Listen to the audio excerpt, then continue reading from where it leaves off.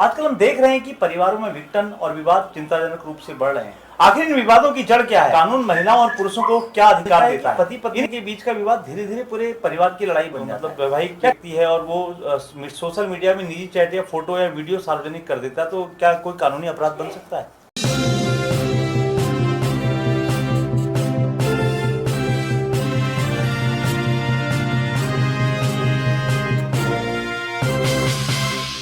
नमस्कार, आप देख रहे हैं देवभूमि जनहुंकार। आज हम एक ऐसे विषय पर चर्चा करने जा रहे हैं जो हमारे समाज की नींव यानी परिवार से जुड़ा है। आजकल हम देख रहे हैं कि परिवारों में विघटन और विवाद चिंताजनक रूप से बढ़ रहे हैं। आखिर इन विवादों की जड़ क्या है? कानून महिलाओं और पुरुषों को क्या अधिकार देता है? इन्हीं महत्वपूर्ण मुद्दों पर विस्तार से चर्चा करने के लिए आज हमारे स्टूडियो में मौजूद हैं वैवाहिक मामलों के जानकार अधिवक्ता श्री विनीत परिहार जी। सर, आपका बहुत बहुत स्वागत है। सर, आजकल पारिवारिक और वैवाहिक विवाद तेजी से आगे बढ़ रहे हैं। सोशल मीडिया और आधुनिक जीवन शैली के कारण छोटी छोटी बातें भी बड़े विवाद का रूप ले लेती है। ऐसे मामलों में महिलाओं और पुरुषों के पास क्या क्या कानूनी अधिकार होते हैं और सबसे पहले उन्हें क्या कदम उठाना चाहिए? देखिए, इस समय निश्चित रूप से पारिवारिक विवाद बढ़े हैं जी।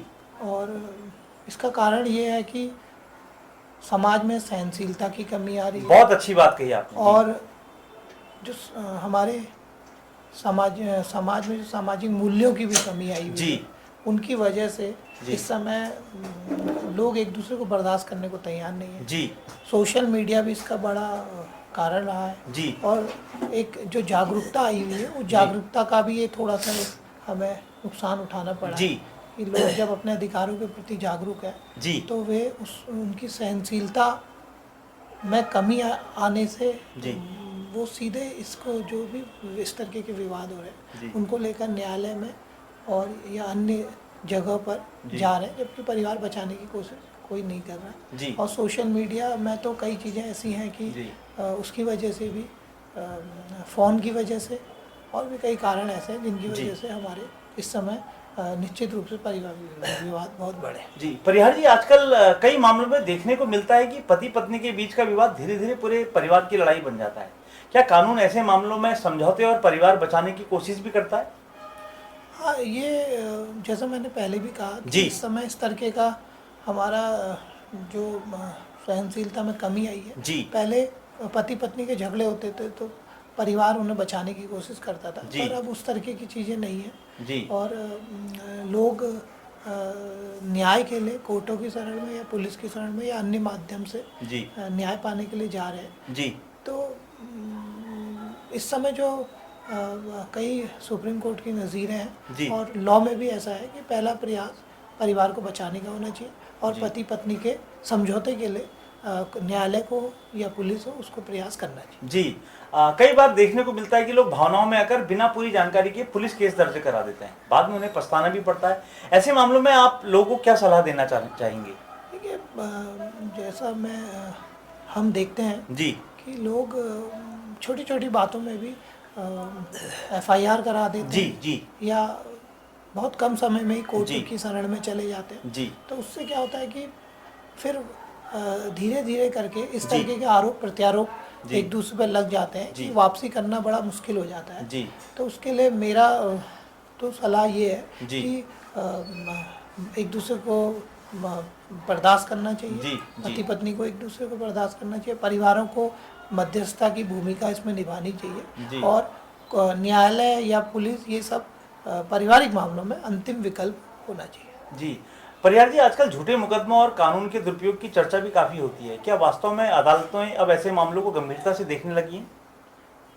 देखिए, पहले समाज की स्थिति अलग थी और न्यायालय या पुलिस या अन्य जो भी संस्थाएं थी वो महिला को वास्तविक पीड़ित के रूप में देखती थी। अब स्थिति अलग है और महिलाएं भी काफ़ी पढ़ी लिखी हो गई हैं और अपने अधिकारों के प्रति जागरूक हो गई हैं। तो उस तरीके का उत्पीड़न नहीं होने पर भी कई बार झूठी शिकायतें महिलाओं की ओर से भी की जाती हैं। तो क्योंकि वर्तमान में ऐसा परिदृश्य हो गया है तो इसलिए न्यायालय का नज़रिया इसमें बदला है। जी, एक महत्वपूर्ण प्रश्न आपसे पूछ रहा हूँ, यदि पति पत्नी दोनों नौकरी करते हैं और दोनों आर्थिक रूप से सक्षम हो तो क्या फिर भी भरण पोषण का मामला बन सकता है? देखिए भरण पोषण में अगर कोई महिला नौकरी नहीं करती है तो जो 144 BNSS के अंतर्गत वो भरण पोषण का वाद दायर कर रही है, तो उसमें जो शर्तें हैं उसमें अगर कोई महिला बिना स्वेच्छा से अलग नहीं रह रही है, अपना भरण पोषण करने में सक्षम नहीं है या आइडेंटिटी में नहीं रह रही है, तो उसको भरण पोषण वो प्राप्त कर सकती है। आपका प्रश्न ये है कि अगर वो नौकरी करती है तो नौकरी करने में न्यायालय उनकी जो आय देखता है, पति पत्नी की आय देखता है, और अगर महिला नौकरी कर रही है और वो अपना भरण पोषण करने में सक्षम है तो न्यायालय उसको भरण पोषण प्रदान नहीं करता। जी, कई बार देखने को मिलता है कि बच्चों की कस्टडी यानी अभिरक्षा को लेकर सबसे बड़ा विवाद खड़ा हो जाता है। कोर्ट ऐसे मामलों में क्या देखता है? देखिए पारिवारिक मामलों का जो सबसे ज़्यादा नुकसान है वो बच्चों को ही उठाना पड़ता है।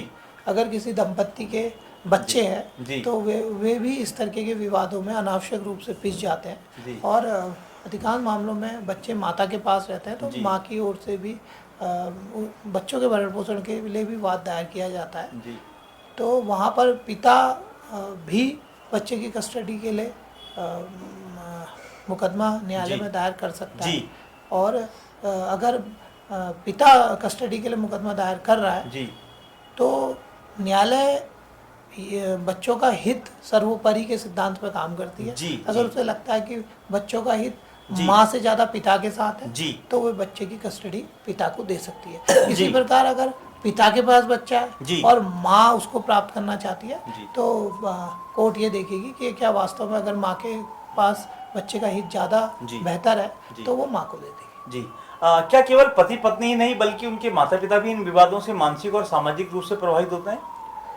देखिए निश्चित तौर पे जब कोई विवाह का विघटन होता है और परिवार में इस तरह के विवाद होते हैं तो पति पत्नी के साथ साथ चाहे पति की तरफ के लोग हों, माता पिता हों, भाई बहन हों, या पत्नी की तरफ के लोग हों, माता पिता हों उसके या भाई बहन हों, सभी लोग इसमें मानसिक रूप से परेशान रहते हैं।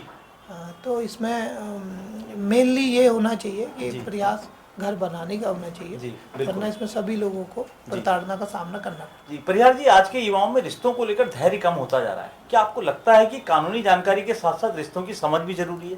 देखिए जैसा मैंने पहले भी बोला कि हम जागरूक तो हो रहे हैं, जागरूक होना अपनी जगह पर अच्छा है, लेकिन कई चीज़ें पारिवारिक विवादों में या आपसी जो मेलजोल है उसमें कानून के इंटरफेयर से अगर दिक्कतें हो रही है तो फिर हमें कानून का प्रयोग अंतिम विकल्प के रूप में करना चाहिए, पहले उसका व्यवहारिक समाधान देखना चाहिए। यदि किसी व्यक्ति को लगता है कि उसके खिलाफ गलत या झूठी शिकायत दर्ज कर दी गई है तो क्या उसे सबसे पहले क्या करना चाहिए? अगर पारिवारिक मामलों में किसी व्यक्ति के खिलाफ, पति उसके रिश्तेदारों के खिलाफ कोई झूठी रिपोर्ट दर्ज की गई है, पति भी कर सकता है। पति ने अगर माना पत्नी या उसके परिवार वालों के खिलाफ कोई झूठी रिपोर्ट दी हुई है तो उसमें उनको कानूनी सलाह लेनी चाहिए, और उसके लिए वो माननीय उच्च न्यायालय में स्टे के लिए प्रार्थना पत्र दे सकता है, और जिला न्यायालय में और माननीय उच्च न्यायालय में, दोनों न्यायालयों में अग्रिम जमानत के लिए भी आवेदन पेश कर सकते हैं। वैसे इस समय जो पारिवारिक विवाद की स्थिति में जो भी कोई FIR होती है तो उसमें गिरफ्तारी नहीं है, और पुलिस को जो है 35 BNSS का नोटिस है वो तामील कराना होता है, और थाने से ही जो भी मुलजिम पक्ष होगा उसको पुलिस छोड़ देती है। परिहार जी, आजकल देखिए सोशल मीडिया का लोगों के दिमाग में बहुत असर है, और जैसे कोई वैवाहिक व्यक्ति है और वो सोशल मीडिया में निजी चैट या फोटो या वीडियो सार्वजनिक कर देता है तो क्या कोई कानूनी अपराध बन सकता है? देखिए पति पत्नी के जो विवाद है उनसे रिलेटेड अगर इस तरीके की कोई चैट या कोई फ़ोटो है या कोई और वीडियो या कोई अन्य चीज़ें हैं तो निश्चित तौर पे किसी भी व्यक्ति में इस तरीके की अगर कोई वायरल करता है तो वो अपराध का गठन होता है। पति पत्नी के मामलों में इस तरीके की न्यायालय में भी इस तरीके की चीज़ें पेश की जाती हैं, और न्यायालय में पेश करने पर वो भी चाहे जिस नेचर का मुकदमा किया हो वो एक मुकदमे का आधार बनता है। क्या पति भी घरेलू हिंसा कानून के तहत शिकायत कर सकता है?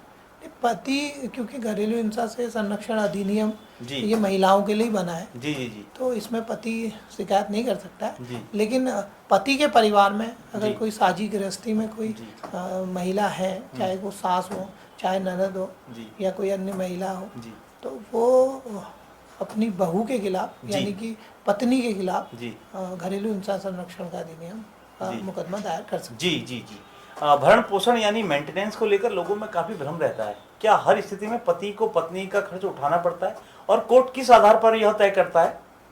नहीं, मैं जैसा अभी आपके जी। पहले प्रश्न में भी जी। इस बात का जवाब दिया था कि जी, जी। 144 जी। बीएनएसएस है, उसमें लिखा गया है कि जी अगर पत्नी बेवजह अलग रह रही है जी और अगर पत्नी अपना भरण पोषण में करने में पूर्ण रूप से सक्षम है, जी अगर पत्नी एडल्ट्री में रह रही है, जी तो इन ग्राउंड्स पर भरण पोषण नहीं देना पड़ेगा, जी। और अन्यथा भरण पोषण देना पत्नी को, ये पति की जिम्मेदारी भी मानी गई है, जी। और कानूनी रूप से पति उसके लिए बाध्य है। जी वैवाहिक विवादों में लोगों को सबसे ज्यादा डर गिरफ्तारी और बड़ी रकम देने का रहता है। क्या वास्तव में ऐसे मामलों में तुरंत गिरफ्तारी हो जाती है? नहीं, वो और तलाक होने पर हमेशा भारी रकम देनी पड़ती है?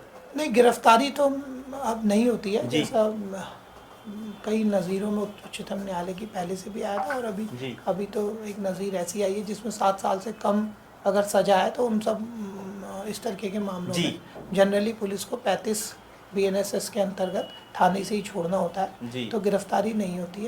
है, लेकिन बाद में फौजदारी मुकदमे का सामना करना पड़ सकता है। जी और जो आपका दूसरा इसमें क्वेश्चन था कि तलाक में भारी भरकम रकम जी देनी पड़ती है, तो ये भी एक गलत धारणा बनी हुई है। तलाक में भारी भरकम रकम तब देनी पड़ती है जब आपसी सहमति से तलाक हो। तो अगर पति पत्नी ने आपसी सहमति से तलाक का मुकदमा, वैसे 13B में पड़ता है हिंदू मैरिज जी। एक्ट के, अभी उत्तराखंड में 27 यूसीसी में वो मुकदमा दायर किया जाता है, तो उसमें अगर आपसी सहमति से तलाक है, तो आपसी सहमति में दोनों पक्षों में जिस भी बात पे सहमति बनेगी, चाहे वो एलिमनी पे सहमति बने, या पत्नी किसी अन्य चीज़ की मांग करते हुए सहमत हो जाए, या पति और पत्नी में स्वैच्छिक रूप से बिना किसी लेन देन के तलाक हो, तो किसी भी परिस्थिति में वे आपसी सहमति से तलाक कर सकते हैं। उसमें भारी भरकम एलिमनी अगर पत्नी मांग रही है और पति सहमत हो जाता है, तो उसमें देनी पड़ती है, अन्यथा पति के पास जो अधिकार है वो तलाक का मुकदमा सीधे दायर कर सकता है। उसके आधार है, उसमें क्रूअल्टी एक आधार है, उसमें एडल्ट्री का आधार है, उसमें अगर पत्नी बेवजह पति से 2 साल से अलग रह रही है, तो वो भी एक आधार है। इन आधारों पर अगर पति माननीय न्यायालय में तलाक का मुकदमा दायर करता है, तो न्यायालय अगर पाता है कि यह पति के आरोप सही हैं, तो वो पत्नी और पति के मध्य विवाह विच्छेद का आदेश पारित कर सकते। परिहार जी, आजकल आपसी सहमति से तलाक के मामलों में भी बढ़ोतरी हो रही है। क्या यह प्रक्रिया विवादित तलाक को बेहतर मानी जाती है, और क्या अब अदालतों का नजरिया भी बदल रहा है? हाँ, देखिए, हम भी अगर माना कोई क्लाइंट हमारे पास आता है, तो हम भी उसको यही राय देते हैं, कोर्ट्स भी उन्हें यही राय देती है कि आप साथ रहिए, और अगर आप साथ नहीं रह सकते हैं, ऐसी गुंजाइश नहीं है परिवार बनने की, तो आपको इसमें आपसी सहमति से तलाक ले लेना चाहिए, क्योंकि अन्यथा दोनों पक्षों को न्यायालय के चक्कर काटने पड़ते हैं, और कई बार मुकदमे कई वर्षों भी चल जाते हैं, और आपसी प्रतिष्ठा की लड़ाई के कारण पति हो चाहे पत्नी हो, उनको कई इस तरीके के नुकसान उठाने पड़ते हैं, समय का नुकसान उठाना पड़ता है, और कोर्ट में कचहरी के चक्कर लगाना, और जो खर्चा कानूनी कार्रवाइयों में होता है, वो भी नुकसान उन्हें उठाना पड़ता है। परिहार जी, हमारे हल्द्वानी शहर में भी फेसबुक और सोशल मीडिया के माध्यम से कई वैवाहिक विवाद चर्चा में आ रहे हैं। निजी बातें सार्वजनिक होने से विवाद और बढ़ जाते हैं। ऐसे मामले में कानून क्या कहता है? सोशल मीडिया अभिव्यक्ति की आज़ादी का माध्यम है, लेकिन निजी विवादों को सोशल मीडिया के माध्यम से व्यक्त करने में रिश्ते और बिगड़ सकते हैं जी। और कोशिश यही होनी चाहिए कि उसे पारिवारिक स्तर से अगर रिश्ता बचाना है तो उसे पारिवारिक स्तर से निभाया जाए जी। और अपनी बातों को अगर सोशल मीडिया में भी कहना है तो बहुत अच्छे तरीके से कहना चाहिए जी। और मेरा तो सुझाव यही है कि अगर कानूनी कार्रवाइयाँ शुरू हैं तो इन मामलों को न्यायालय में ही अपना अपना पक्ष रखते हुए लड़ना चाहिए। जी। परिहार जी, आपने बहुत ही सरल शब्दों में हमारे दर्शकों को इन कानूनी पेचीदगियों के बारे में बताया। उम्मीद है कि हमारे दर्शकों को इससे काफ़ी मदद मिलेगी। स्टूडियो में आने के लिए आपका बहुत बहुत धन्यवाद। तो दर्शकों, आप थे वरिष्ठ अधिवक्ता विनीत परिहार जी। समाज और कानून से जुड़ी ऐसी ही जानकारी के लिए देखते रहिए देवभूमि झनुकार। धन्यवाद, नमस्कार।